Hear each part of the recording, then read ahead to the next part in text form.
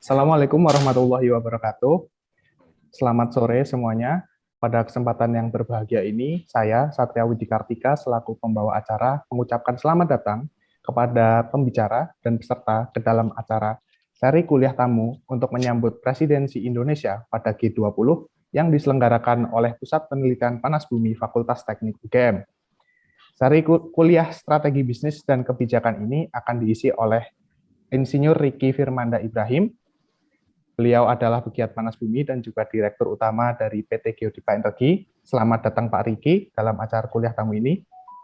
Selamat sore, selamat datang. Terima kasih Pak Riki. Tentunya kami dan para peserta sangat senang dengan kehadiran Bapak dan saya bisa melihat antusiasme dari peserta yang hadir pada acara ini.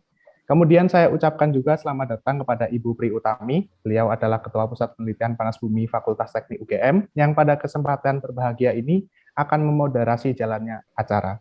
Selamat sore Ibu Pri, selamat datang.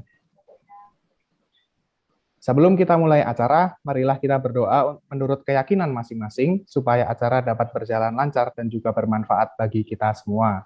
Berdoa dipersilahkan.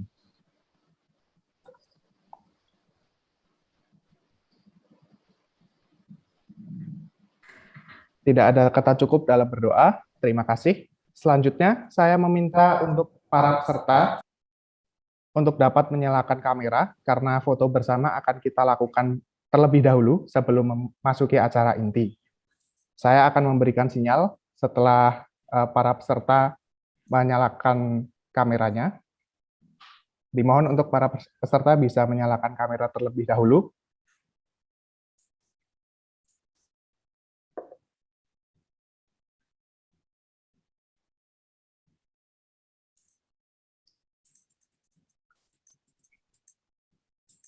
Akan saya tunggu kira-kira 30 detik sampai 1 menit untuk menunggu para peserta bisa menyalakan kameranya.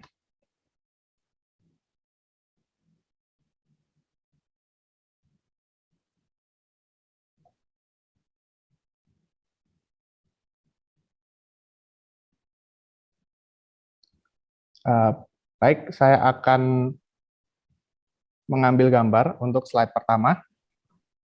Saya hitung dari 1 ya. 1, 2, 3.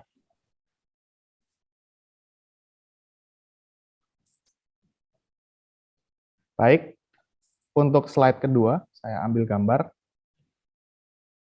1, 2, 3.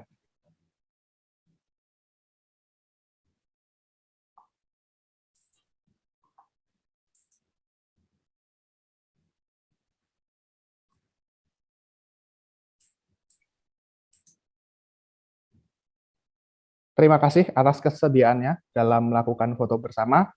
Kemudian dalam memasuki acara inti, saya serahkan acara ini kepada Ibu Pri selaku moderator kuliah tamu kali ini. Kepada Ibu Pri kami persilakan.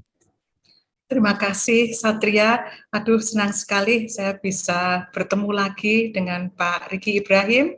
Ini adalah salah satu idola dari generasi muda panas bumi Indonesia. Assalamualaikum warahmatullahi wabarakatuh. Shalom, selamat sore, salam sejahtera bagi kita semua. Yang saya hormati tamu kami Bapak Riki Firmanda Ibrahim, Bapak Ibu dosen, para guru besar, adik-adik mahasiswa, dan semua peserta kuliah tamu Pusat Penelitian Panas Bumi. Sebagaimana kita ketahui bahwa salah satu agenda dari G20 adalah transisi energi. Dan kita juga sadar bahwa perjuangan untuk memajukan EBT tidak hanya berhenti dengan berhentinya perhelatan G20 ini. Di bidang panas bumi sudah lama para perintis dan pejuang panas bumi termasuk Pak Riki sudah menggagas bahwa Indonesia yang merupakan negara dengan potensi panas bumi terbesar di dunia seharusnya menjadi pusat keutamaan atau pusat rujukan dunia dalam pengembangan dan pengelolaan panas bumi. Beruntung sekali Pak Riki yang memiliki pengalaman panjang di bidang panas bumi berkenan berbagi ilmu, pengalaman, dan gagasan, bahkan nanti akan mewariskan harapan-harapannya kepada kita. Pak Riki menjalani pendidikan tingginya di USA di bidang petroleum engineering dan geothermal. Beliau meniti karir dari level teknis dan manajemen di perusahaan panas bumi dan perusahaan-perusahaan energi lainnya, hingga akhirnya menjadi pimpinan tertinggi PT Geodipa Energi. Beliau juga pernah menjadi Ketua Asosiasi Panas Bumi Indonesia dan mengharumkan nama Indonesia di kancah panas bumi internasional. Pak Riki akan menyampaikan paparannya nanti, di mana ini semua akan berisi pesan-pesan, harapan-harapan ya berdasarkan apa yang telah beliau lakukan selama atau sepanjang karirnya, dan tentu saja kita generasi muda sangat-sangat penting untuk mendengar apa itu, dan juga bagi kami para dosen, para pendidik ini harus mampu menangkap apa yang menjadi harapan dari Pak Riki mewakili generasi-generasi awal perjuangan panas bumi Indonesia hingga mencapai skala bisnis begitu ya Pak. Nah, kami laporkan juga kepada Pak Riki bahwa sebetulnya yang mendaftar kuliah ini ada 100 lebih Pak. Tapi saya khawatir mungkin mereka akan datang belakangan karena masih banyak kuliah ini. Dan Pak Riki perlu tahu, ini pasti Pak Riki senang mendengar bahwa pesertanya itu tidak hanya dari UGM, tetapi dari Institut Teknologi Yogyakarta, dari UPN Veteran, dari Universitas Islam Negeri, dari Universitas Negeri Yogyakarta, dari ITB, wah bahkan dipimpin langsung ini oleh Prof. Emi Suparga. Ini pasti beliau membawa rombongan mahasiswa ini. Kemudian dari Undip, Unsud, ITERA, kemudian bahkan ada dari Jerman Pak Riki, dari Friedrich Schiller University. Saya tidak tahu apakah dia sudah hadir atau belum. Juga ada dari SMA, dari SMA Harapan Mandiri, luar biasa. Kemudian dari industri, yang sudah saya lihat ada dari PT Geodipa Energi, kemudian dari PT PGE, kemudian ada beberapa dari service company. Nah, saya yakin pasti nanti akan tambah lagi nih Pak Riki. Dan mohon nanti kalau boleh kuliah ini kami rekam sehingga walaupun kuliah sudah berakhir, yang bisa menikmati kuliah ini akan lebih banyak lagi. Terima kasih Pak Riki. Selanjutnya Pak Riki akan saya persilahkan untuk memaparkan materinya. Mungkin saya bantu share screen ya Pak ya. Saya share, boleh share screen dari saya Bu Priyotami. Share screen-nya dari saya boleh ya Bu? Saya ada beberapa ini, ada beberapa perubahan. Masih terlalu kecil Pak suara. Oh gitu. Share screen-nya dari saya boleh ya Bu? Baik Pak. Apakah slide-nya juga sudah terlihat, Pak? Atau share screen-nya dari Bapak ini? Ya, share screen dari saya sudah kelihatan belum? Sudah kelihatan belum ini share screen saya? Sebentar, Pak. Ini Pak Riki, saya sudah terlihat. Ini yang share screen saat ini saya atau Pak Riki ya? Boleh nggak saya Bu? Karena beberapa ada urutannya saya rubah gitu. Bu, oh iya ya, sebentar. Bisa dibantu, sebentar Pak Riki ya. Sebentar ya. Ini saya nggak bisa melihat ini saya. Tes, kedengaran nggak suara saya? Bu? Terdengar. Oh Bu Pri, ya. boleh nggak saya share? Baik Pak, mohon maaf. Okay. Boleh share screen dari saya, karena ada beberapa urutan yang saya rubah. Ya Pak, sudah terlihat, tapi suara Pak Riki masih kecil. Kecil ya? Oh begitu. Di baik, saya sih udah oke. Di saya sudah dengar. Di saya juga sudah dekat ya. Saya akan teriak nih. Oh baik Pak, sudah. Ya. Boleh saya mulai Bu Priyotami? Boleh Pak. Gitu ya, baik. Terima kasih, selamat sore. Tentunya Assalamualaikum warahmatullahi wabarakatuh. Sejahtera untuk kita semua. Salam, Om Swastiastu, Namo Buddhaya, salam kebajikan. Kepada guru besar, kepada dosen-dosen, kepada Bu Priyotami yang saya hormati, dan seluruh mahasiswa yang hadir, dan beberapa ada dari insan geotermal, ada dari Geodipa maupun PGE.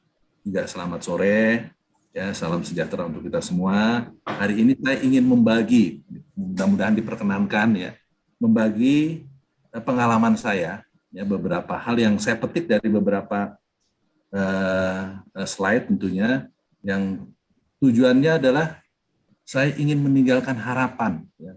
Tentu nanti teman-teman nih di generasi berikutnya tidak putus asa, namun terus ya kita bekerja keras dan membangun semangat dengan beberapa masukan-masukan dari senior-senior seperti saya.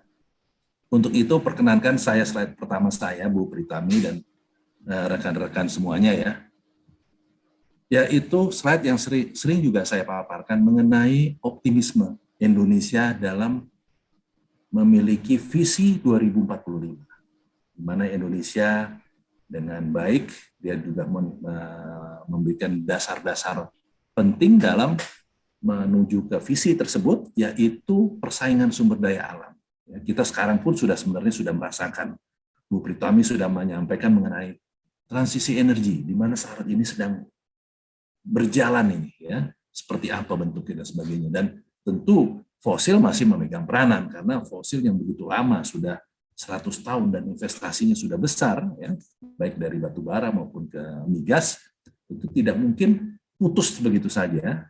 Ya, ini diperlukan suatu proses. Ya, mungkin nanti seluruh insan dari mahasiswa semua ya, kita membangun suatu proses. Kita juga berpartisipasi dalam proses itu sendiri. Ya, oleh karena itu, dalam menuju visi Indonesia 2045, marilah kita juga dukung apa yang telah disampaikan oleh pemerintah mengenai ya, antara lain baik dari kelas menengah, ya, urutan dari level dari manusia sendiri ya, Indonesia ke depan yang diharapkan jangan sampai kita masuk ke dalam middle trap income. Jadi kita jangan sampai masuk ke dalam trap itu, ya. Kita harus cepat-cepat nih. Generasi yang bawahnya juga cepat-cepat, jangan terlalu jauh dengan yang atas, langsung bisa naik ke atas, sehingga tidak kita termasuk di middle trap income tadi. Kedua, persaingan tadi yang saya bilang bahwa sumber daya alam ke depan yang kita dimiliki saat ini, energi geotermal. Energi geotermal nggak bisa diekspor. Saya selalu mengatakan ini. Ya, ini sudah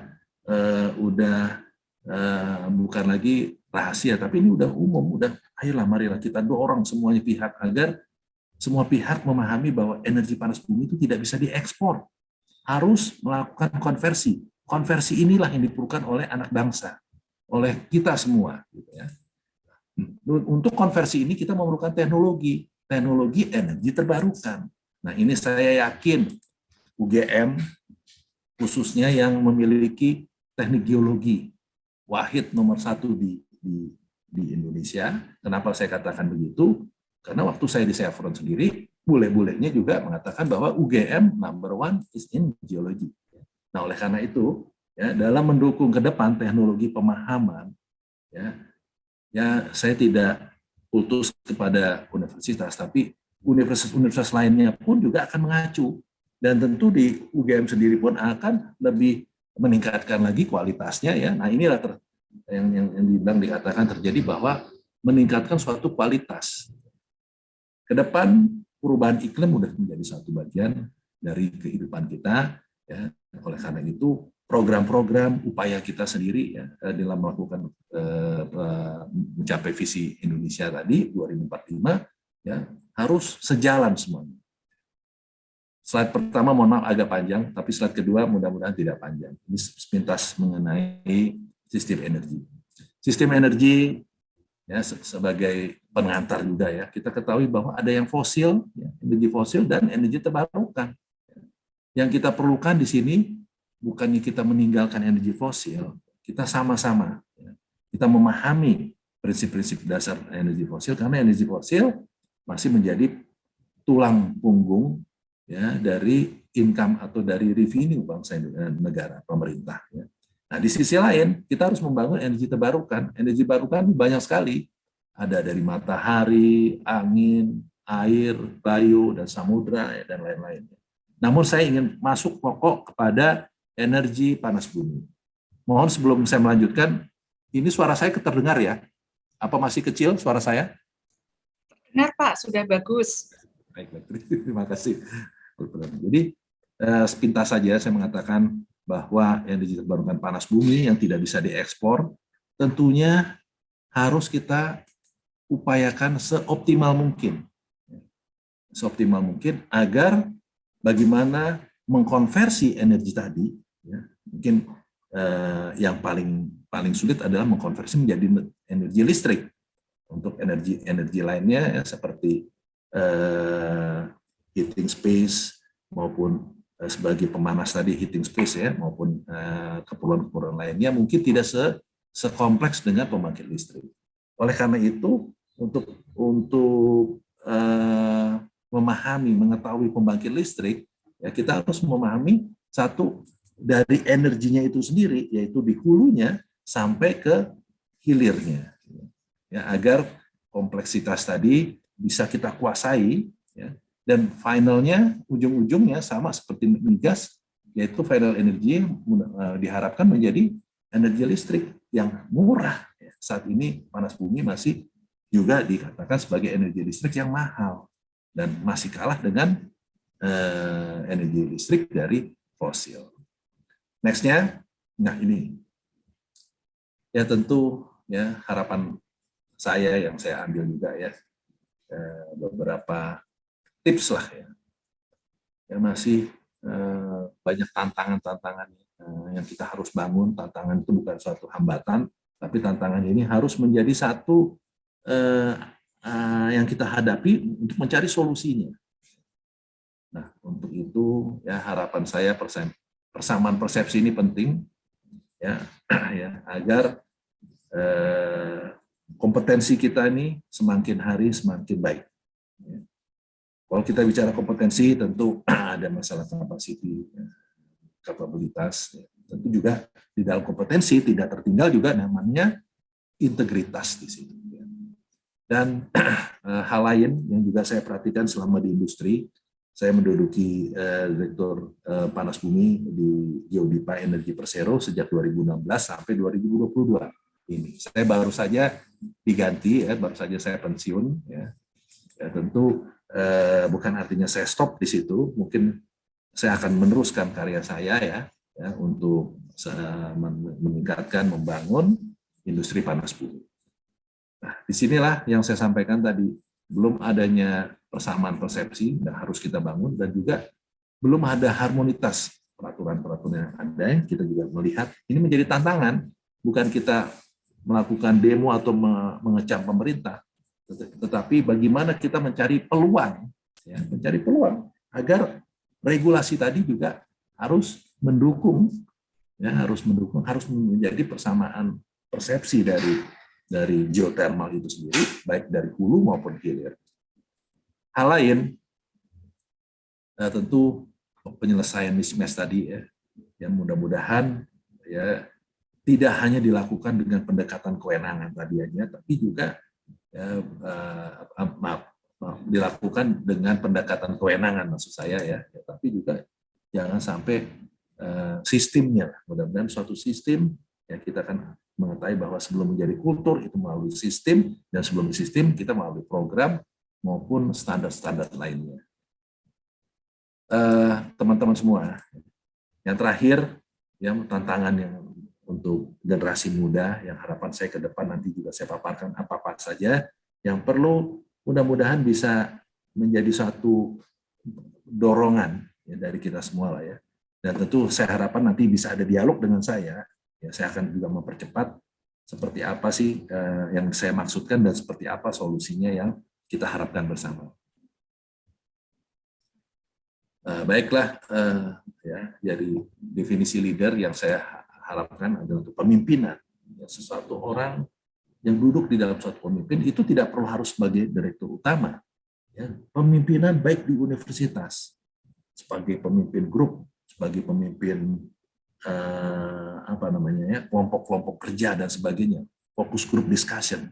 itu pun juga harus ya menjadi satu bagian yang penting ya di dalam bagaimana kita meningkatkan motor, ya, kita meningkatkan motor tadi ya supaya motornya lebih kiat lagi mencapai tujuan Indonesia Visi 2045. Leaders is number one. Jangan orang menerima SK-nya saja menjadi leader, tapi tidak mau hanya menerima jadi SK-nya aja sama gajinya, honornya, tapi tidak mau melakukan. Nah ini nggak boleh. Ya. Jadi betul-betul saya sedih. Banyak sekali direksi-direksi hanya menerima SK-nya saja, tapi tidak mau bekerja. Kalau sudah saat ini saya bisa berteriak, Indonesia jangan seperti ini ke depan. Harus. Ya. Jangan meninggalkan prinsip-prinsip dari leadership. Oleh karena itu, ya mulai sejak dini teman-teman semua, baik di mahasiswa maupun di perusahaan-perusahaan ya, yang level awal, ya, yang masih jadi muda semua, ya marilah kita komit. Jangan lupa dengan 3 prinsip tadi. Work hard, bukannya hard working ya, tapi work hard. Kedua adalah fight. Ini bahasa Inggris lebih gampang. Fight apa sih fight? Kita harus jadi fighter. Fighter untuk apa? Bukan untuk fighter kita demo dan sebagainya. Fighter untuk bekerja. Fighter untuk belajar lagi. Jangan tidak fight. Gitu. Terakhir adalah risk taker.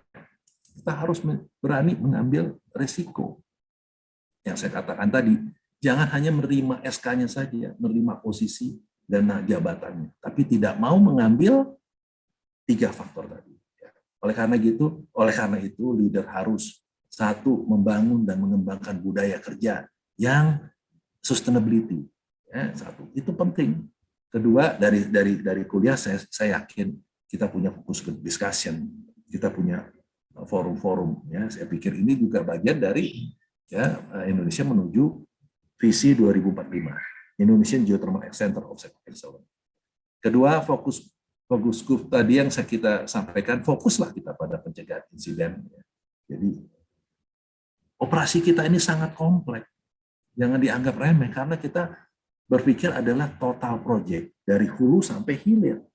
Kalau batu bara dia hulunya sendiri, hilirnya sendiri, terpisah-pisah. Migas juga demikian. Ya, tidak sekompleks kita. Kita dari hulu sampai hilir. Oleh karena itu masalah safety, jangan sampai ada insiden, itu harus betul-betul dilakukan. Ya, saya sebelum tinggalkan Geodipa mengalami satu problem yang besar. Sampai saya sendiri sedih, malu, bercampur berbagai macam, yaitu terjadinya H2S kebocoran di PET 28. Ini benar-benar menyedihkan, memalukan, terus bercampur aduk. Tetapi tetap sebagai leadership, saya bertanggung jawab, saya tidak bisa menyalahkan anak buah saya juga. Pada saat itu, tidak juga bisa menyalahkan direksi, yang pada saat itu pun juga sedang berlibur, sudah saya harus ambil tanggung jawab penuh di situ.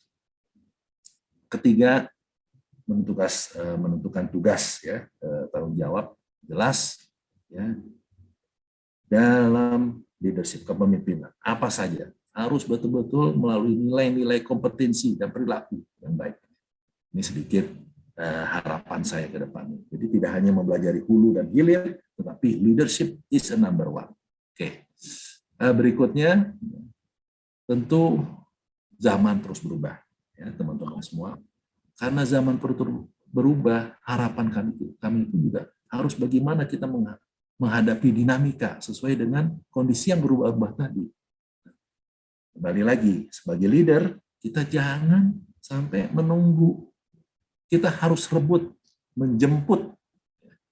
Ya, jadi harus Indonesia maju, number one. Kita bagaimana mengendalikan tadi sumber daya manusia, UGM, UPN yang ada tadi saya dengarkan, ada beberapa universitas Pancasila, 17 Agustus dan sebagainya. Itu pun juga, marilah kita proklamasi, Pak. Proklamasi. Terima kasih, mohon maaf.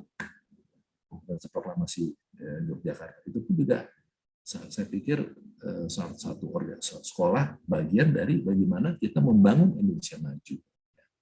Nah, ada beberapa hal yang mungkin saya akan sepintas saya sampaikan ya. Tentu kompetensi tadi adalah sebagai pedang bermata dua. Agar ya, kompetensi tadi tidak hanya sebagai penguasaan teknologi, ya, bagaimana penguasaan energi sebagai teknologi yang penting, karena tadi hulu sampai hilir kan, namun juga harus kita mencari atau mendetikan fokus lebih kecil-kecilnya lagi, ya, secara kecil, secara detail, ya, dengan menjabarkan parameter utama, yaitu sebagai apa? Manusia berakhlak. Jangan lupa itu, yaitu kita harus berdoa, kita harus yakin kepada Allah, kita tingkatkan. Saya yakin saat ini sudah yakin kita sama Allah. Namun maksud saya kita tingkatkan melalui nur kita, melalui hati kita. Ya. Jangan lupa itu, tidak bisa kita tinggalkan, karena bagian dari orang pintar dan sebagainya. Kalau tidak menguasai itu, saya yakin masih pincang. Ya, kan kita baca buku juga kan beberapa cerita dari tokoh leader Apple bagaimana kan yang tragis dan sebagainya, maupun juga saat ini leader yang kita lihat dari bukan Apple tapi dari siapa namanya Alibaba besar pun juga ya, saya lihat ada beberapa hal yang mungkin sangat perlu sih, tapi tidak terkorek lebih dalam. Nah itulah, jadi jangan sampai kita ketinggalan karena zaman terus berubah. Ya, kita jangan sampai statis. Kita harus mulai sekarang pun harus menjemput itu, ya, untuk mengikuti, ya, baik dari sebagai follower maupun sebagai startupnya. Ya, tadi kan dari startup mulai sampai ya kita yakinkan, pastikan bahwa ke depan Indonesia tadi ini kita tidak menjadi negara yang terbelakang. Khususnya di panas bumi, ya saya sampaikan. Next, peluang banyak. Peluang sangat banyak. Teman-teman mahasiswa berinovasi, lakukan penelitian, terus juga melalui seperti hari ini kita sharing session, ya, kita menyambut peluang-peluang yang lebih besar, ya, dan juga membuka apa? Networking juga penting, ya. Terus di samping itu menjadi apa? Change of agent. Kita harus menjadi change of agent. Ini bagian dari leadership tadi.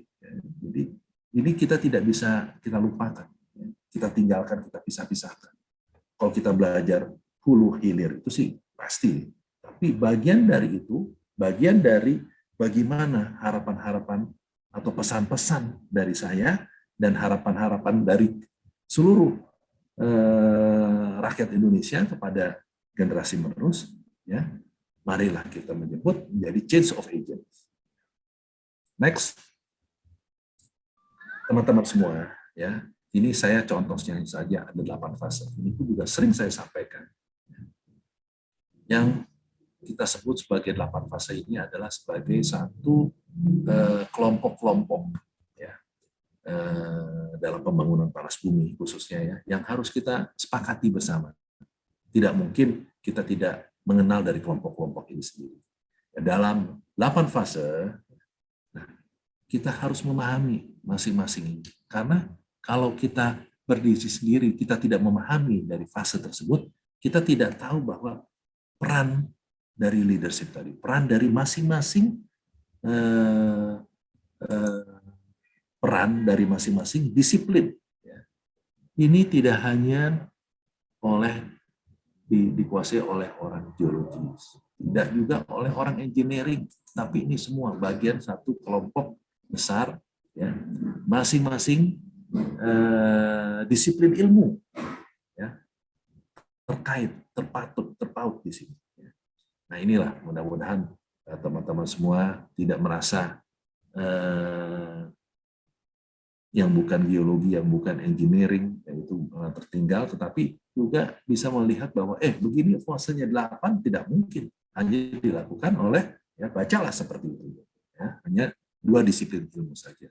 Namun disiplin ilmu lainnya pun sangat diperlukan. Next. Di samping itu pengembangan panas bumi, khususnya di tahun 2022 kita lihat ya, pemerintah sudah memastikan bahwa penyerapan tenaga kerja yang saya lihat beberapa saat ini sudah mulai banyak diperlukan ya, karena banyaknya pengembangan panas bumi. Ya. Oleh karena itu potensi atau peluang ke depan masih sangat besar, ini masih sangat luas. Ya, tidak hanya dari tadi dasar-dasar ilmu yang saya sampaikan hanya geologi dan engineering saja, tapi berbagai macam.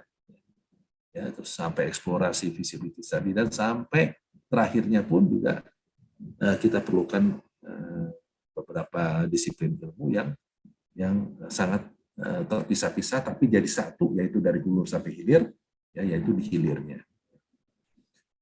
Oleh karena itu ya, ini pun saya sering paparkan dan bukan hanya saya ya, slide ini ya, di mana pengembangan panas bumi itu tidak cepat, memerlukan waktu yang cukup lama. Nah, tugas kita bagaimana kita tingkatkan pemahaman kita, tidak hanya satu disiplin ilmu, tapi juga kompleks tadi ya, yang beberapa disiplin ilmu, untuk memikirkan agar pengembangan panas bumi ini bisa lebih cepat. Saya bisa menggambarkan bahwa ekivalennya ya 1 megawatt itu boleh katakan 1 orang. Ya, saat ini masih dianggap 1 megawatt 2 orang atau 3 orang. Jadi peluang bekerja di panas bumi itu masih sangat besar. Masih sangat luar biasa ya, potensinya. Dan diharapkan masyarakat atau mahasiswa-mahasiswa atau generasi muda di daerah sekitar adanya panas bumi masih terbuka besar. Next. Ya, next-nya inilah potensi-potensinya misalnya ya, dari berbagai disiplin ilmu dan di berbagai kepentingan-kepentingan di dalam matriks tersebut ya, dalam matriks ini. Ya, di sisi lain juga di kementerian, yaitu sebagai sumber pakar, ya, yaitu kita lihat beberapa sumber pakar yang tentu terlibat di semuanya. Nah, Indonesia 2045 visi 100 tahun ya, Indonesia merdeka. Nah, inilah potensi peluangnya kita bisa berkiprah di industri panas bumi. Next. Teman-teman semua, saat ini masih menuju ke peluang tadi ya. Ini saya pendorong lagi.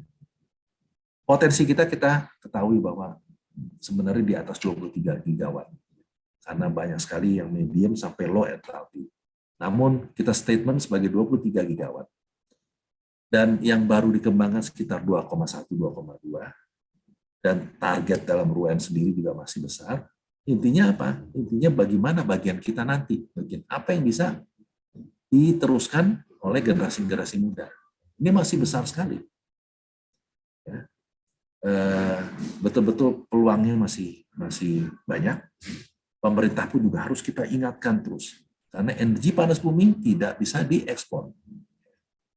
Untuk penanganan risiko, ini sudah mulai masuk ke teknis, katanya panas bumi energinya itu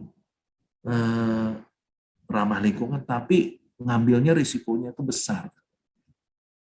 Jadi untuk pemahaman itu sendiri juga harus kita luruskan.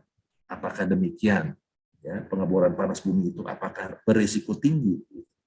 Ya, mungkin saatnya sudah bergeser karena banyaknya juga insan atau peran dari anak bangsa di dalam pengeboran panas bumi dilakukan dengan baik. Ya, tidak waktu zaman saya mungkin masih banyak orang asing ya, tapi saat ini sudah banyak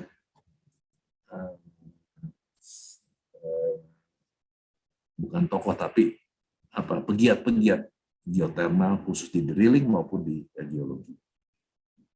Untuk penanganan risiko pemerintah ya, yaitu risiko tadi, untuk pengelolaan risiko yang saya katakan bahwa tidak juga terlalu tinggi, pemerintah pun tetap memberi dorongan melalui program yang namanya GREM Geothermal Resource Energy Management,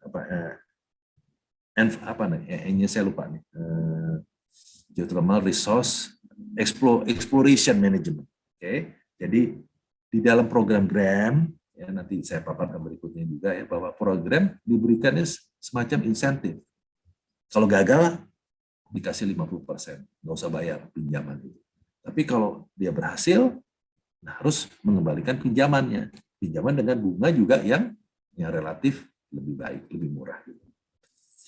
Di samping melalui program GREM, pemerintah juga sudah menjalankan yaitu program Government Drilling. Ya, saat ini ada 4 lokasi, ya, Waisano, Jailolo, Nage, dan Bituang yang dijadikan satu pilot project-nya, ya, menggunakan pendanaan dari GUDP maupun DPISP. Lainnya juga dalam menurunkan risiko masih diperlukan adalah BUMN, yang BUMN bukan untuk mengembangkan panas bumi ke depan, ya, dalam arti sebagai pengembang, tapi diharapkan BUMN ini sebagai motor untuk menurunkan risiko, de-risking. Ya, jadi BUMN itu harus unik.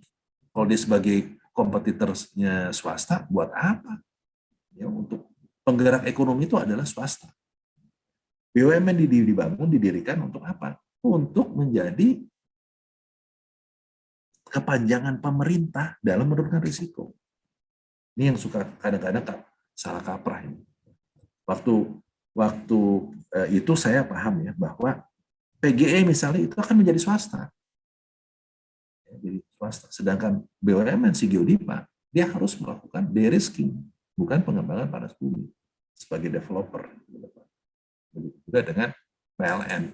PLN juga diharapkan dia menjadi swasta. Potensi besar dan beberapa kita ketahui bahwa ya yang namanya gambaran profil daripada risiko tadi, ya kita ketahui ada beberapa hal yang sebenarnya juga tidak begitu menyeramkan, ya, dalam sisi pendanaan, namun karena tidak adanya pendanaan dari perbankan saat ini menjadi karena dianggap sebagai risiko yang besar. Ya mudah-mudahan ke depan banyaknya pegiat atau banyaknya mahasiswa yang sudah, banyaknya dokter-dokter juga yang sudah memahami pelaksanaan ini, mudah-mudahan juga tidak menjadi paradigma yang sama seperti di zaman-zaman lalu, yaitu geothermal itu selalu dianggap sebagai risiko tinggi. Nah, inilah ya beberapa mindset yang harus kita bangun, ya. Tidak hanya bertahan dalam menjalankan proses bisnis, ya, seolah-olah defensif, tapi justru menjadi trigger dalam pelaksanaan bisnis yang jauh lebih optimum.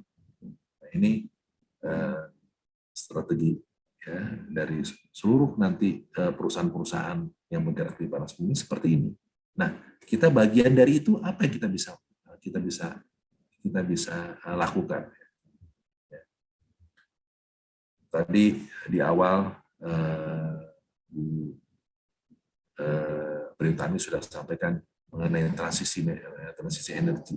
Oleh karena itu, saya juga ingin mendetailkan lagi, ya, yang kira-kira kita bisa ikut partisipasi tadi, bagaimana kita bisa mendorong panas bumi ini melalui beberapa pemahaman teknologi, baik dari digital, ya, yang sekarang ini juga sudah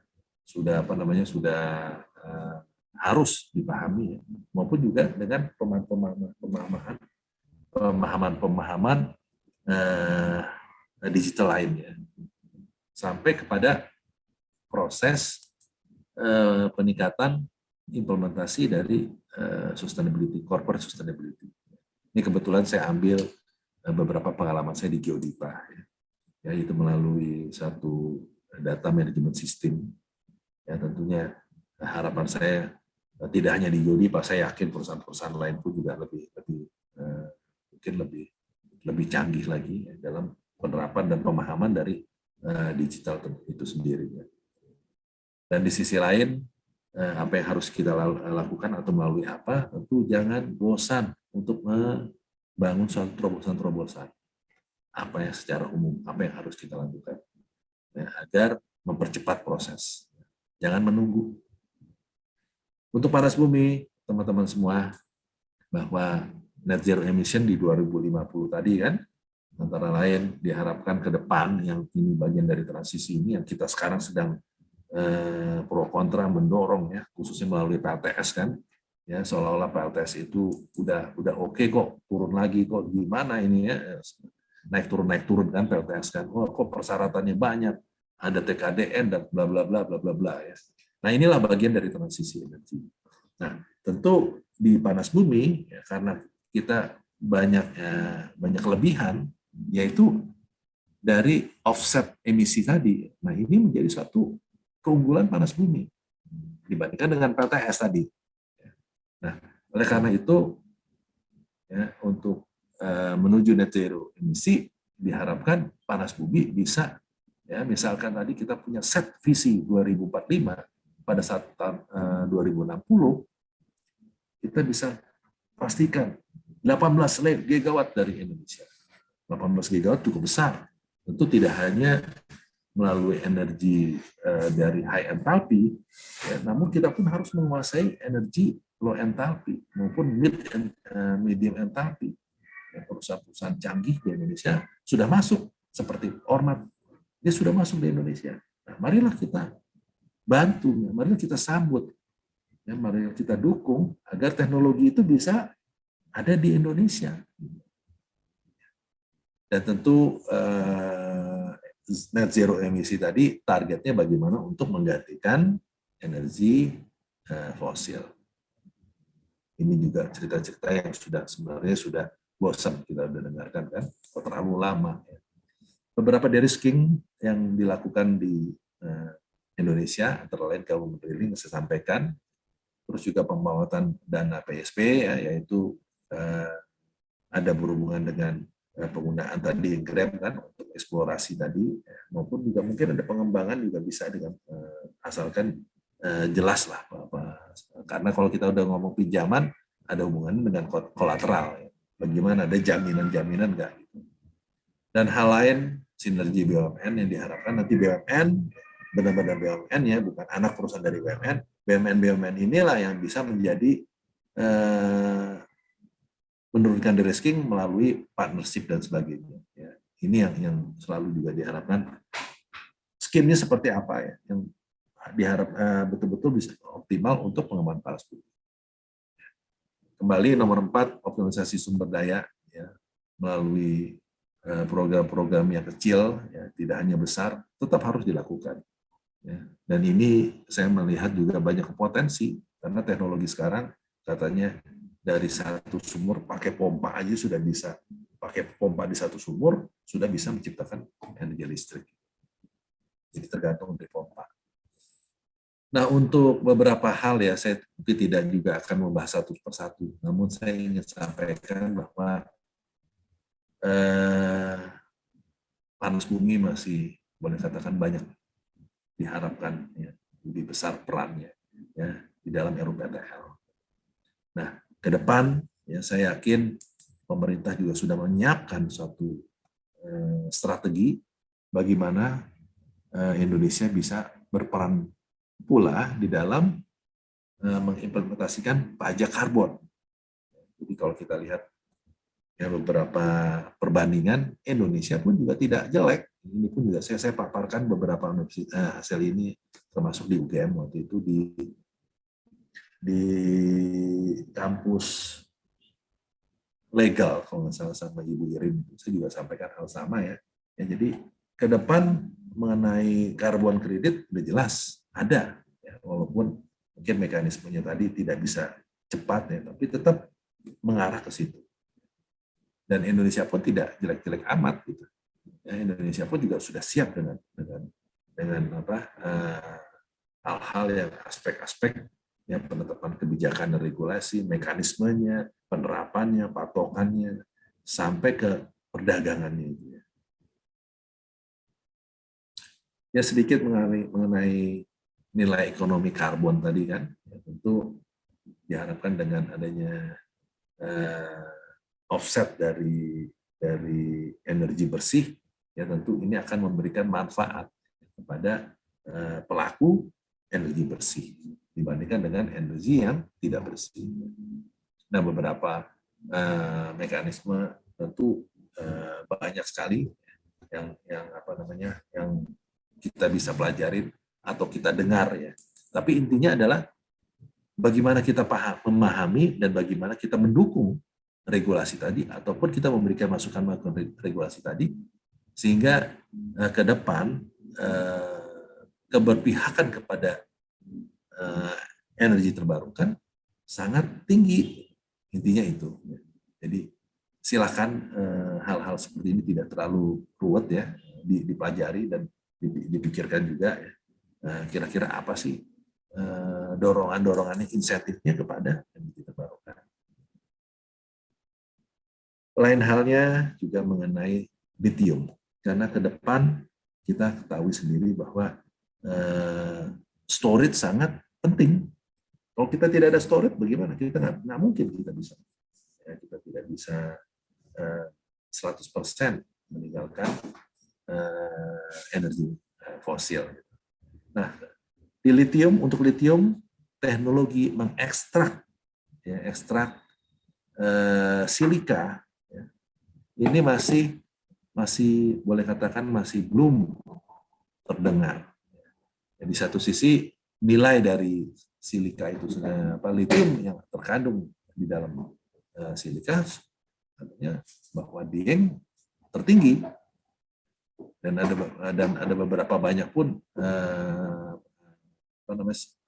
lithium content yang ada di lapangan panas bumi ya, yang ke depan diharapkan bisa memberikan satu kontribusi. Nah, jadi ke depan tidak hanya dari sisi listrik, ini juga menjadi satu potensi, yaitu lithium storage ya, dari energi panas bumi. Teman-teman semua, slide ini sudah umum lah. Kita semua sudah memahami bagaimana maksudnya, bahwa risiko di awal itu besar karena apa? Karena tidak ada industri pendanaan yang mendukung. Dan setelah adanya sumur eksplorasi, risiko itu menjadi kecil. Nah, oleh karena itu pemahaman ini menjadi suatu dasar untuk kita semua pelaku hulu sampai hilirnya panas bumi. Dari sekolah pun kita harus tahu apakah benar ini risikonya tinggi. Tidak, ini tidak tinggi risikonya. Ya, di migas eksplorasinya masih lebih besar dibandingkan dengan panas bumi risikonya. Hal-hal inilah ya, sampai dari requirement misalnya pendana. Ini berikutnya adalah requirement dari pendana. Environment social framework yang ada dari pendana itu. Dia mengharapkan suatu framework yang jelas, dampak-dampaknya, risikonya harus itu terjawab semuanya sebelum dilakukan suatu pekerjaan.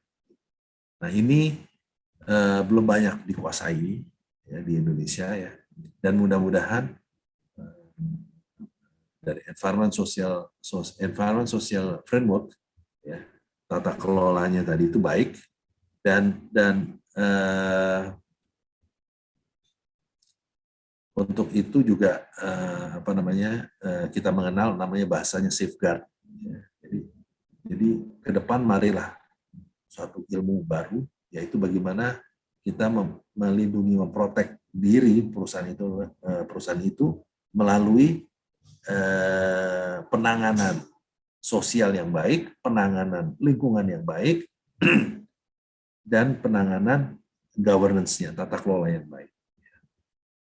Nah, ini satu peluang besar, ya. Jadi ada satu disiplin ilmu, yaitu khusus untuk environment, sosial, dan tata kelola tadi, yaitu governance. Sedangkan dari implementasi proyek ya, ini juga saya sampaikan aja beberapa step lah, step yang harus kita ketahui bahwa kalau dalam pelaksanaan tadi itu di atas tadi, environment sosial sama governance tadi, tentu detail-detailnya ini harus dikuasai. Ya, bagaimana kita pemahaman basic screening itu sendiri, ya, terus juga detail screen selection daripada safeguard yang saya katakan, terus preparation dari safeguard instrumennya, terus clearance and approval, sampai ke post dari eksplorasi. Teman-teman semua, ya, jadi kita harapkan geothermal baik dari sisi fiskal maupun non fiskal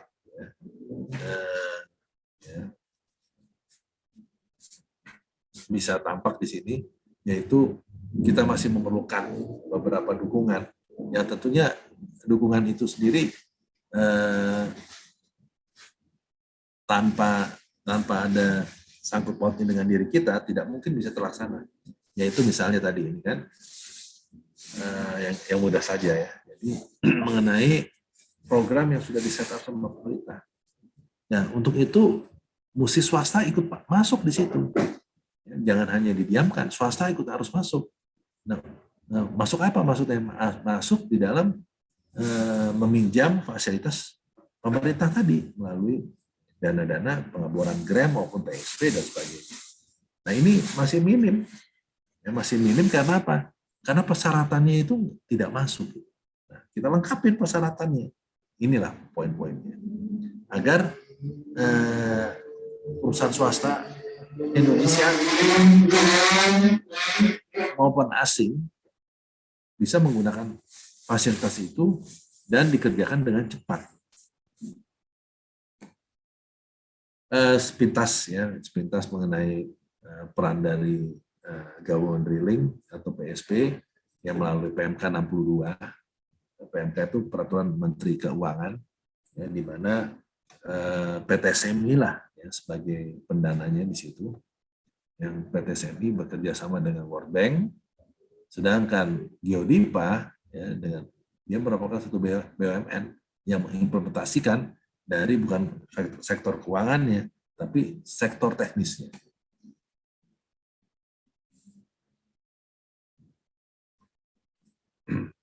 Nah, teman-teman semua ya, ini saya ingin sampaikan bahwa dalam pengembangan panas bumi tidak terlepas dari pemahaman bisnis itu sendiri. Yang saya ingin sampaikan pemahaman bisnis itu sendiri adalah kita harapkan entah kita mau mencari partner ataupun kita jalankan sendiri, yaitu kita memiliki 5C. Ini kan C semuanya kan, 5C. Satu adalah karakter orang itu sendiri. 2, capacity. 3, capital, keuangan. 4, kolateral. 4 kolateralnya tadi. 5 adalah condition. Nah, ini yang 5C ini harus dipahami lah, harus betul-betul diikuti. Banyak perusahaan-perusahaan yang bodong ya, sehingga tidak dapat merealisasikan mimpi untuk membangun panas bumi. Oleh karena itu, ya, masukan menuju Indonesia Geothermal Center of Excellence, 1, mendorong lebih banyak lanjut lagi de-risking pengusaha panas bumi melalui penulisan biaya. Ini kita harapkan government drilling tidak hanya di 4 daerah, tapi di berbagai daerah. Ya. Lalu juga mengoptimalkan GRAM swastanya tadi. Itu pun juga kita memberikan suatu peluang kepada swasta untuk mengambil peran-peran tersebut. Hal lain adalah dengan kemitraan skema kemitraan dengan pemerintah, PPP, Public Partner Partnership, yang misalnya dengan KPBU dan sebagainya. Ini sangat diperlukan di panas bumi nih. Mekanisme ini mana yang bisa dipergunakan. Terus mendorong creative financing development ya juga sangat mendorong ya, supaya ada hal yang lebih baru lagi. Kalau orang udah ada umur, bingung dia dan pikirannya, aduh gimana ya untuk merealisasikan ini tadi risiko-risiko tadi. Ya. Kalau tidak mengambil peluang-peluang dari sisi pemerintah melalui BUMN tentu akan sulit. Nah ini kreatif financing diperlukan. Ya, terus juga portfolio investasi, misalnya dengan menggunakan beli rig aja deh, ya, seperti dilakukan oleh KS Orka, dia beli rig aja, rig bekas dibeli, ternyata lebih efektif dibandingkan dengan menyewa rig. Ya, terus ya, mendorong relokasinya manufacture ke Indonesia, sekarang pun juga sedang berjalan terus ya, mudah-mudahan banyak manufacturer yang akan komit datang ke Indonesia. Ya, sedikit-sedikit sudah mulai masuk.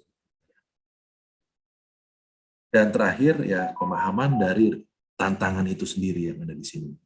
Panas bumi tantangannya apa sih? Saya yakin teman-teman semua sudah paham ya dengan tantangan panas bumi tadi kan. Ya, dan dengan tantangan ini ya lalu masukan-masukan bagaimana dalam penanganan ke depan Indonesian Geothermal Excellence ya, dengan beberapa hal baik dari sisi tadi kan regulasinya, ya, teknologinya, penguasaan itu sendiri, sampai tadi saya juga sampaikan leadership-nya, dan yang terakhir bagaimana juga kita penguasaan dari keterbukaan informasi. Kita tidak bisa juga mengharapkan kita nggak tahu nih data-data drilling dan sebagainya berapa sih mereka. Kita harus rebut, harus kita kejar, kita cari ya data-data tadi, ya, sehingga kita bisa pelajari makna-makna dari satu proses. Demikianlah sepintas apa yang saya alami di korporasi BUMN, dan mudah-mudahan harapan saya tidak sampai hari ini saja, harapan saya diteruskan oleh generasi berikutnya. Dan tentu untuk itu saya juga mengharapkan adanya beberapa pertanyaan, silahkan. Ya mungkin setelah ini bisa dilanjutkan dengan sesi tanya jawab. Demikian Bu Pritami, terima kasih. Terima kasih Pak Riki, hebat sekali. Mari teman-teman kita berikan aplaus secara virtual dengan memberikan reaksi positif, jempol, dan sebagainya. Silakan teman-teman. Nah Pak Riki, ini pesertanya sudah meningkat, nih sudah mendekati 100, saya kira mereka sudah pulang dari kuliah nih, kayaknya. Nah, kalau begitu mungkin kita buka saja ya sesi diskusi. Saya persilahkan jika ada yang mau bertanya secara langsung nih, karena ternyata belum ada yang menulis di kolom chat. Kalau begitu silahkan memberi tanda dengan raise hand, kemudian memperkenalkan siapa namanya, dari mana, dan pertanyaannya bagaimana. Silahkan.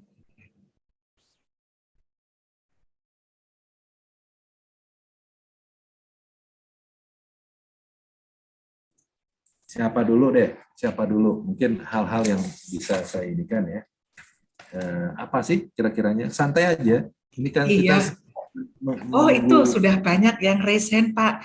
Ini saya lihat ada Anesha Musafara. Silahkan Mbak Anesha.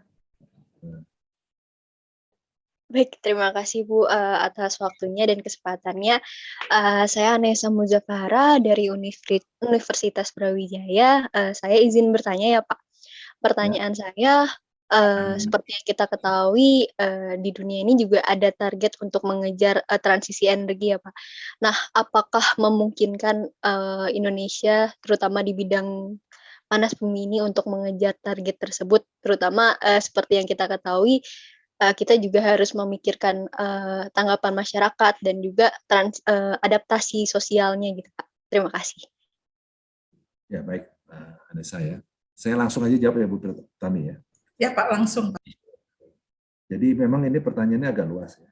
Namun saya mencoba mengecilkan sedikit lah, atau bisa memfokuskan sedikit mengenai energi tadi. Memang betul, dunia pasti berlomba-lomba. Artinya satu negara dengan negara lain yang masing-masing juga memiliki potensi energi itu sendiri. Bagaimana energi tadi menjadi satu tulang punggung pendapatan negaranya. Kedua juga diharapkan negara-negara itu juga bisa memainkan teknologi tadi. Karena teknologinya kan juga bisa dijual belikan kan di situ.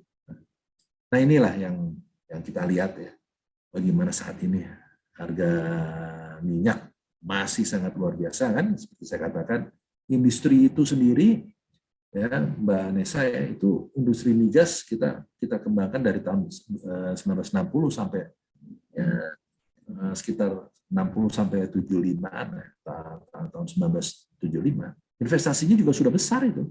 Ya, itu kita lihat saja ya, di satu proses yang begitu panjang dan kesertaan dari perusahaan-perusahaan dunia seperti mobil Exxon dan sebagainya. Wah, itu membuat suatu proses energi yang luar biasa. Artinya energi bukan tenaga, tapi teknologinya itu sendiri. Nah, ini yang tidak mungkin kita putus begitu saja. Ini perlu ada persiapan. Nah, persiapan ini yang saya ingin membicarakan, harapan-harapan.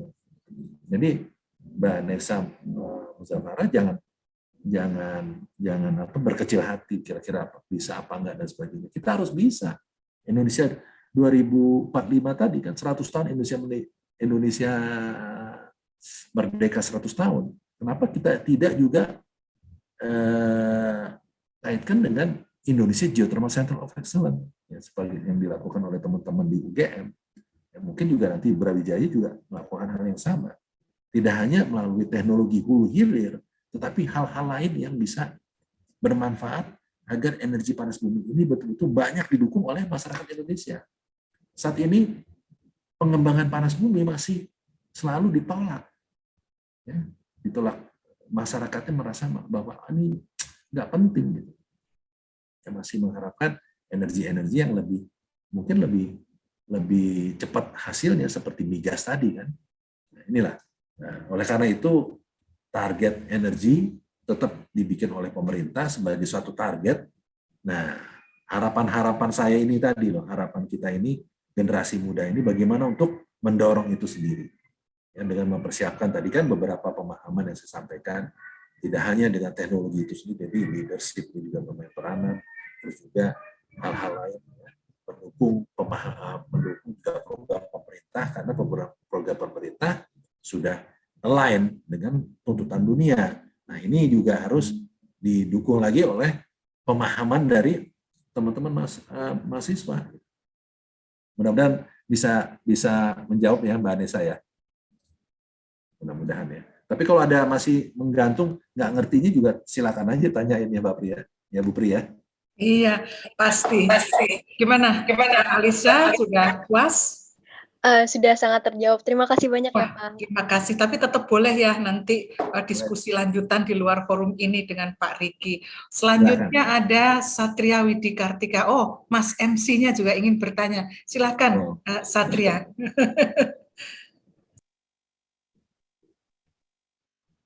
Mas MC, silakan. Ya, terima kasih atas kesempatannya. Presentasi yang sangat menarik dari Bapak. Sampai saking menariknya saya juga ingin bertanya ini, Pak. Ya, jadi saya tertarik mengenai net zero emission yang tadi Bapak sampaikan. Jadi pada tahun 2060 ditargetkan bahwa geothermal akan menyuplai atau menghasilkan 18 gigawatt energi. Lalu saya berpikir bahwa bertambahnya energi yang dihasilkan itu juga mengimplikasikan bahwa penambahan power plant itu juga makin banyak. Di mana makin banyak power plant itu pembukaan lahan juga makin banyak. Nah, itu artinya bahwa di masa depan itu kita bakal mendapati isu mengenai lingkungan. Nah, saya ingin bertanya bagaimana sih atau apa yang dapat kita lakukan untuk mengatasi isu-isu tersebut. Terima kasih, Pak.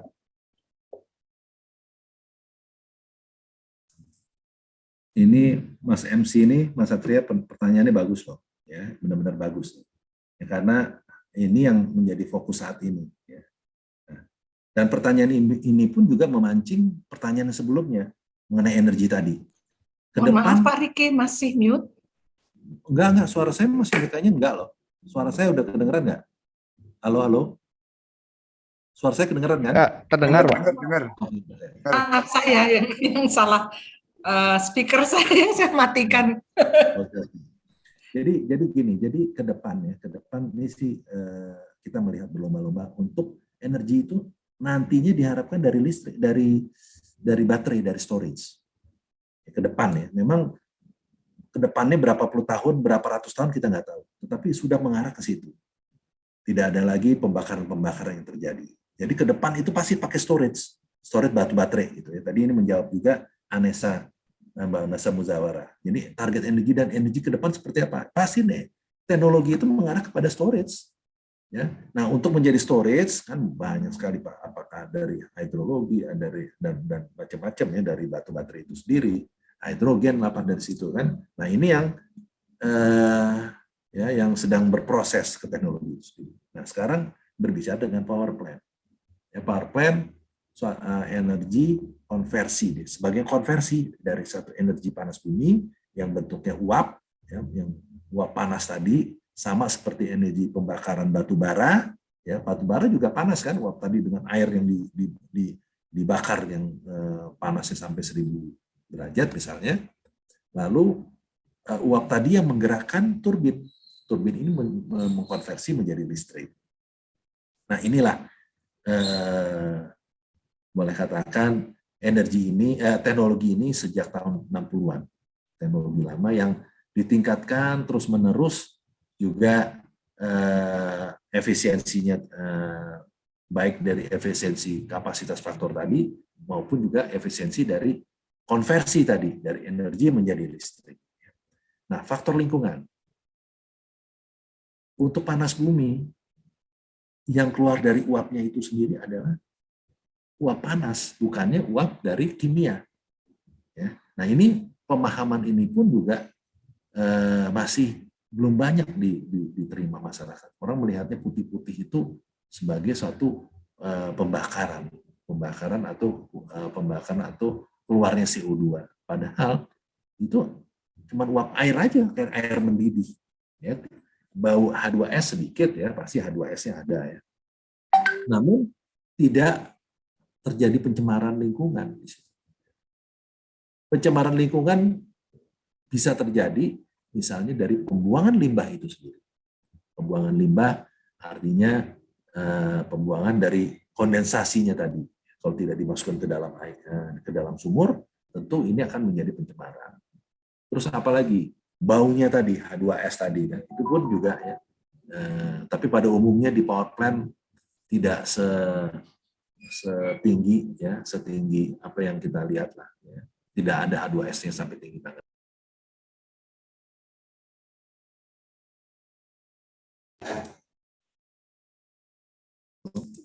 Ya. Nah, lalu hal lainnya yang juga masalah lingkungan, penolakan masyarakat. Ya, masyarakat dia dengan adanya power plant tadi, keluar air panas, terus juga mondar-mandir dan sebagainya, terus menimbulkan ketakutan, kekhawatiran, ya, kekhawatiran yang berlebihan. Inilah yang menjadi bukan dari lingkungan itu sendiri, tetapi masalah sosial, masalah sosialnya yang semakin tinggi. Tapi dari faktor lingkungan, saya udah katakan itu tidak ada H2S yang sangat tinggi, CO2-nya juga kecil sekali, ya.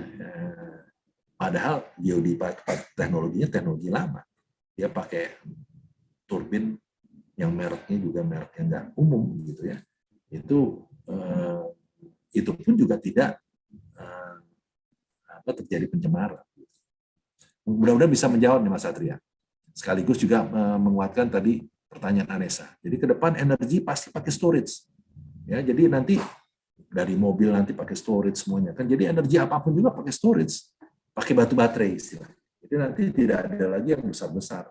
Jadi semua energi masih ke depan ya. Kita lihat kayak film-film apa ya, yang canggih-canggih ke depan itu. Mungkin bisa terjadi seperti itu. Mungkin demikian Bu Pertami, mudah-mudahan bisa menjawab Mas Satria ya. Tapi silakan kalau ada hal yang mudah-mudahan Satria sudah merasa jelas. Ya, terima kasih atas jawabannya Bapak. sangat jelas untuk jawabannya.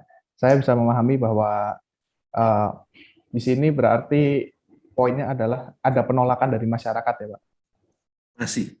Karena tadi kan dikhawatirkan, dia khawatir ini keluar asap. Jadi dia menolak jangan-jangan ini bisa berbahaya, apa bisa meledak dan sebagainya. Nah ini jadi membuat ketakutan masyarakat. Ya perlu ada sosialisasi yang baik. Nah sosialisasi yang baik melalui mahasiswa, melalui universitas. Karena universitas tempat gudangi ilmu itu di universitas loh tempat belajarnya gitu. Kalau industri di perusahaan dia ngomong dan sebagainya, dia memprotek dirinya dia sendiri. Tapi universitas dia menjelaskan secara netral gitu. Paham ya? Paham Pak. Terima kasih atas jawabannya. Iya Pak, setuju sekali bahwa universitas bukan hanya dosennya saja, tapi mahasiswanya juga pegang peran sentral. Apalagi di zaman sekarang ini, adik-adik mahasiswa semuanya punya medsos, kecuali Bupri nggak punya medsos ini. Itu jadi bisa menyebarkan pesan-pesan positif tentang panas bumi. Pak Riki juga sudah menjadi host dari KKN UGM yang bertema panas bumi, yaitu di Dieng, Wonosobo. Baru kali ini loh panas bumi itu diberi kesempatan untuk KKN.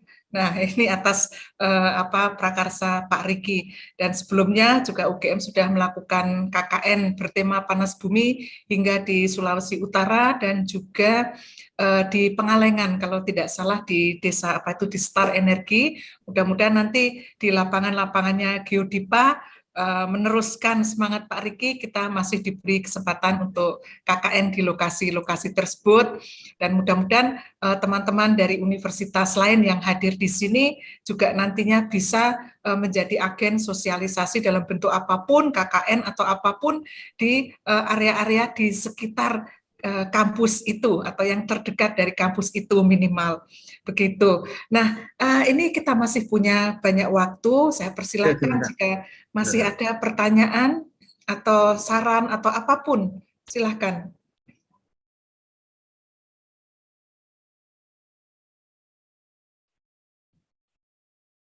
Atau Pak Riki masih ingin menyampaikan sesuatu untuk menambah semangatnya adik-adik kita ini. Oh, ini ada yang raise hand Pak. Febrian Fadila Rizky. Oh, silakan, ini mahasiswa bimbingan saya nih Pak. Silakan Febrian. Selamat sore Bapak Ibu semuanya. Selamat sore. Ini pertama-tama mohon maaf, kamera saya lagi error jadi nggak bisa memunculkan wajah. Jadi terima kasih pertama-tama Pak Riki, dari presentasinya saya jadi tahu banyak gitu ya, ternyata program pengembangan panas bumi dari pemerintah ini sudah sangat banyak gitu. Tapi kemudian saya juga terbesit pemikiran gitu Pak, produk akhir dari PLTP ini kan nantinya akan dijual ke PLN gitu ya Pak. Listrik ya.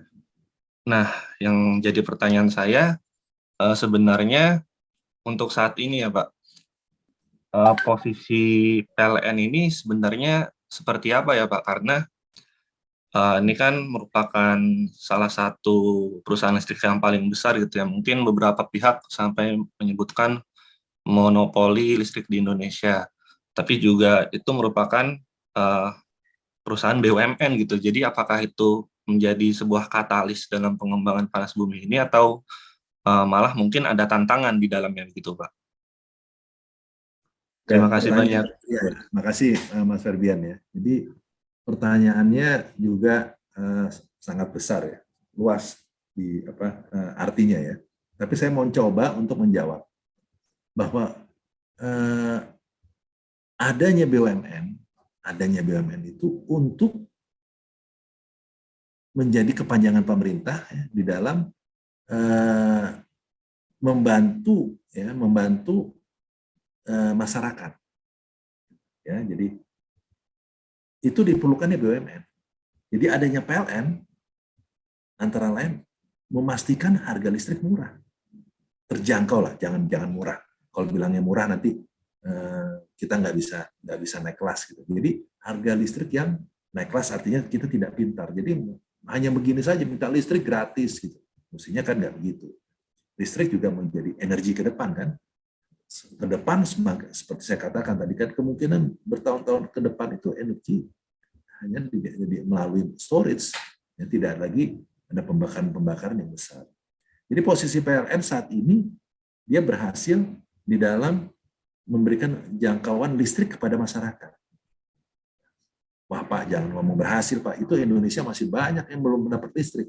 Ya, tapi kan udah lewat dari 90%. Ya, insya Allah terus lagi meningkat nih. Meningkat kebutuhan listrik betul-betul terjangkau oleh masyarakat luas ya, di Indonesia. Jadi dia seluruh masyarakat bisa merasakan adanya listrik dengan harga yang terjangkau tadinya. Nah, itulah fungsi dari PLN. Lalu produk dari apapun juga memang sekarang ke listrik. Dan ke listrik seperti saya katakan ke depan pun itu menjadi andalan teknologi, ya teknologi listrik. Yang digunakan adalah listrik. Melalui mobil listrik dan sebagainya kan banyak hal yang saya pikir juga ke depan memang itu menjadi peran penting ya listrik. Jadi posisi PLN sangat diperlukan karena dia sebagai BUMN untuk betul-betul memberikan listrik yang terjangkau. Mohon maaf ya, kita bayangkan aja seperti di Filipina. Filipina dipegang sama swasta, mohon maaf ya. Memang sebagai swasta dia membangun ekonomi masyarakat, membangun suatu ekonomi negara itu sendiri. Namun, ya namanya swasta kan nggak mungkin mengambil risiko, nggak mungkin juga bisa memainkan peranan untuk harga listrik terjangkau. Alhasil listrik di Filipina lebih mahal, listrik di Singapura lebih mahal, listriknya di sana lebih mahal. Namun masyarakatnya sudah bisa terjangkau gitu kan. Nah, dia kalau sedangkan Indonesia kan 260 juta mahasiswa masyarakat. Ini bagaimana kan? Yang 260 juta masyarakatnya masih belum banyak dapat listrik. Kita alhamdulillah ya kita di Jogja, di Semarang, di Jakarta kita semua dapat listrik. Tapi di tempat-tempat lain masih belum bisa dapat listrik. Mungkin begitu Mas Febrian jawabannya dari saya ya. Terima kasih banyak Pak Riki atas insight-nya. Terima kasih Febrian sudah meramaikan diskusi karena ini nanti dia akan skripsinya di Dieng Pak. Dia ingin membuat model 3-dimensional supaya nanti stakeholders manapun yang melihat itu gampang memahami bawah permukaan begitu Pak. Nah ini masih ada 2 pertanyaan, mungkin satu dulu ini dari Pak Sri Haryono dari Universitas Proklamasi 45 Yogyakarta. Beliau ingin bertanya apakah ada peta sebaran potensial panas bumi dan yang paling produktif itu mana Pak dan yang beroperasi di mana saja, mana yang paling potensial begitu Pak? Kalau itu saya pikir sih Pak Sri ya, Pak Haryono, itu mestinya EBTKE sudah mengeluarkan itu peta itu tugasnya pemerintah. EBTKE saya pikir ada itu. Saya pernah lihat dia bahkan memberikan itu kalau waktu ada pameran-pameran dia memberikan disk, dia kasih pakai USB maupun pakai disk dia kasih itu ada itu. Jadi peta-peta itu ada ya, di mana aja dan jumlahnya berapa. Yang banyak potensinya Sumatera, ya Sumatera, Pulau Jawa, terus Flores, ya NTT, ya, sebagian di Sulawesi. Terus di daerah Maluku dan Halmahera. Tapi yang paling potensi Sumatera sama Jawa. Sumatera lah. Ya Pak Haryono, Pak Sri Haryono, itulah. Jadi silakan ke EBTKE, mestinya ada itu. Dan mungkin juga cek juga di websitenya mengenai peta itu. Ya Pak, di website rupa-rupanya juga selalu diupdate oleh EBTKE. Nah ini ada satu pertanyaan nih, walaupun sudah mepet nih, tapi kayaknya penting nih Pak. Dari salah satu mahasiswa UGM. Nah di sini dia menyatakan bahwa, ini siapa yang bertanya? Suraya Ahmadiyah. Jadi dia mengatakan bahwa dia mendengar ada Scientist Protest 2022. Nah menurut para ilmuwan yang bergabung dalam gerakan itu, mereka itu menganggap bahwa upaya upaya penanggulangan krisis iklim ini dalam jangka 3 tahun ini mungkin belum berhasil. Nah, kemudian kalau lama-lama itu terus tidak berhasil, mereka mengkhawatirkan ini bahwa kemudian bumi tidak layak ditinggali. Nah, ini peran panas bumi itu di mana, Pak? Terima kasih. Wah, pertanyaannya luar biasa ya. Iya nih, Suroya Ahmadiyah. Saya Ahmadiyah ya. Terima kasih pertanyaannya ya. Saya sedikit memikir ya. Memang kita kembali ke transisi energi tadi. Kita melihat dengan adanya suhu atau temperatur bumi yang meningkat tadi mengkhawatirkan adanya perubahan atau namanya climate change tadi kan, perubahan dari dunia tadi. Nah, diperlukan adanya suatu transisi dengan kondisi tadi kan. Kondisi ini apa yang akan dibentuk? Itu apakah dengan tadi adanya pajak karbon dan sebagainya itu menjadi suatu bagian dari transisi sehingga si fosil-fosil yang sudah menikmati 100 tahun, 200 tahun teknologi dan investasi ya tentu dan mendapat uang banyak itu uangnya kan luar biasa itu kan udah banyak sekali uangnya tentu patut untuk diberikan pajak. Nah, pertanyaannya Mbak Soraya tadi mengenai peran panas bumi. Ya. Peran panas bumi, ya, saya sangat berharap peran panas bumi itu di Indonesia menjadi yang utama. Kenapa? Energinya nggak bisa dijual, nggak bisa diekspor. Kita nggak bisa ekspor loh. Kita tidak bisa ekspor. Nah, pemahaman untuk pemanfaatan baik dari hulu sampai hilir harus kita kuasain. Kitalah yang jadi center of excellence-nya. Kalau kita kuasain itu teknologinya, ya tentu di beberapa negara bagian kecil dia akan juga mempergunakan orang-orang kita. Ini yang saya harapkan. Kita berterima kasih sama New Zealand. Tapi New Zealand sendiri juga bukannya center of excellence geothermal di sana. Dia energinya di sana masih menggunakan yang paling utama adalah air. Panas bumi hanya kecil. Tapi dia mengambil peran di situ. Mengambil peran center of excellence dalam pendidikan. Nah ini kita harus ambil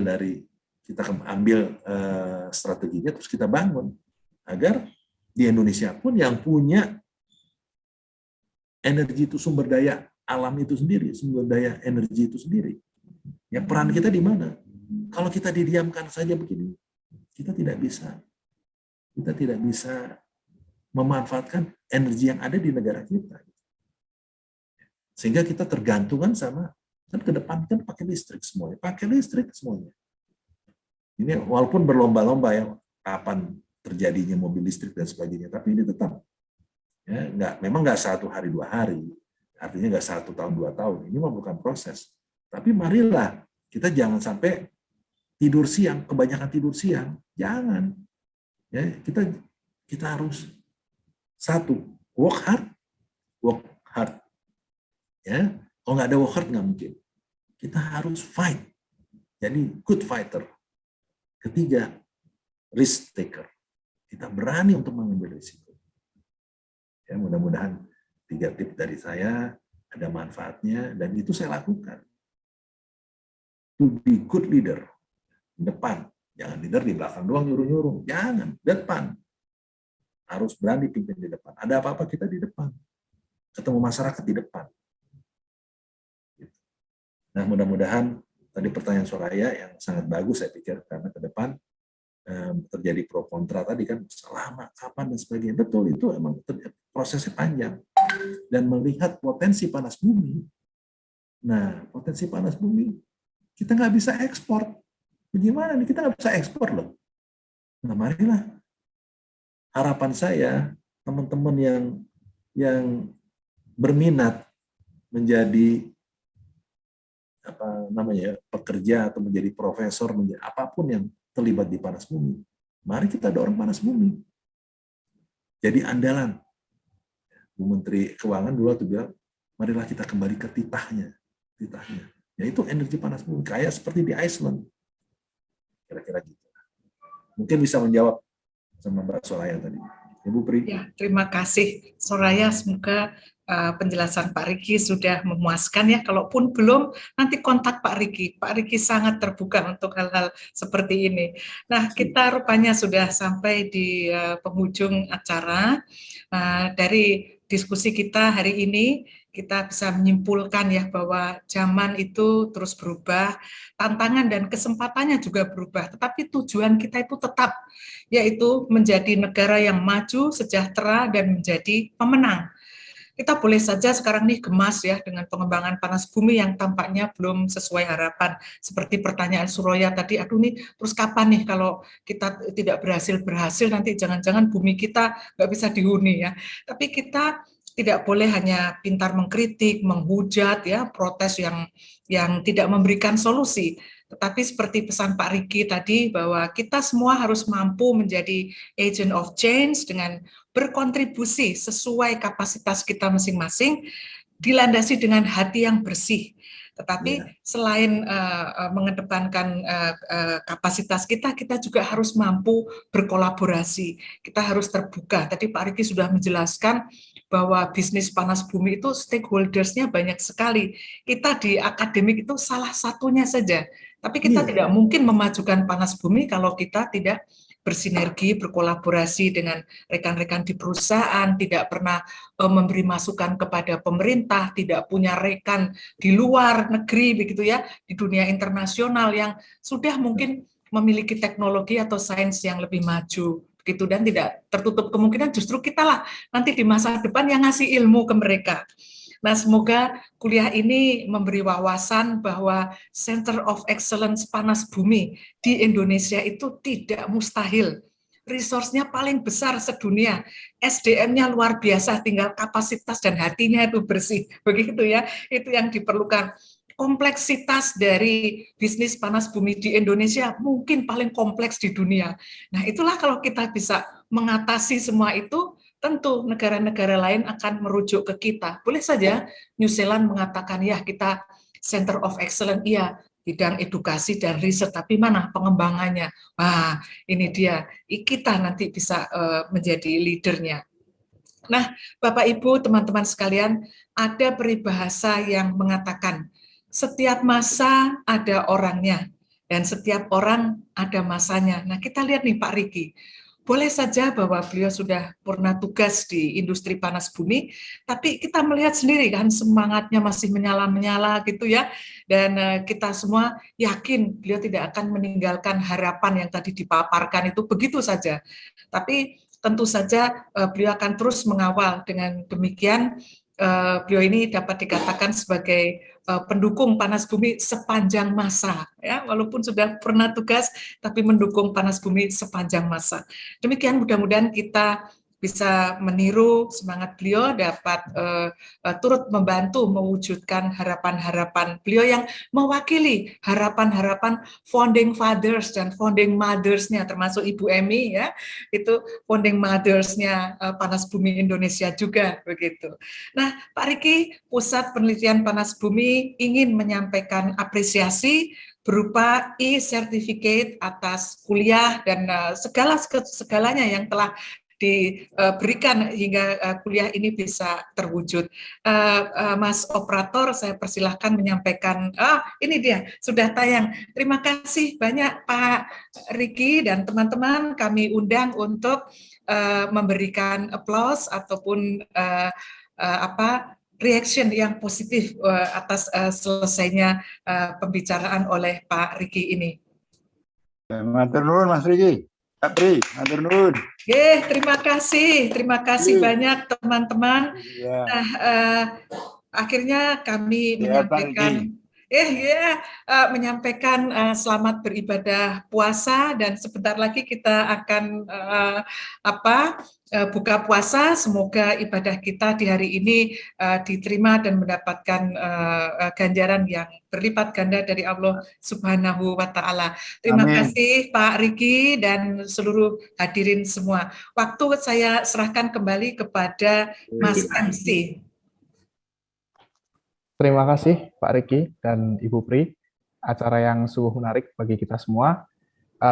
Dengan berakhirnya acara ini, saya ucapkan terima kasih atas partisipasi para peserta semua. Saya akhiri. Selamat sore. Wassalamualaikum warahmatullahi wabarakatuh. Semoga kita Warahmatullahi wabarakatuh. semoga kita bisa bertemu di acara-acara selanjutnya. Ya, kita tunggu next season. Terima kasih, Mas. Amin, terima kasih semua. Salam Assalamualaikum Mas Riki. warahmatullahi wabarakatuh. Sampai ketemu lagi Mas. Terima kasih Pak Terima kasih Riki. Bapak Ibu semua. Terima kasih semuanya. Terima kasih teman-teman. Pamit ya semuanya. Sehat selalu.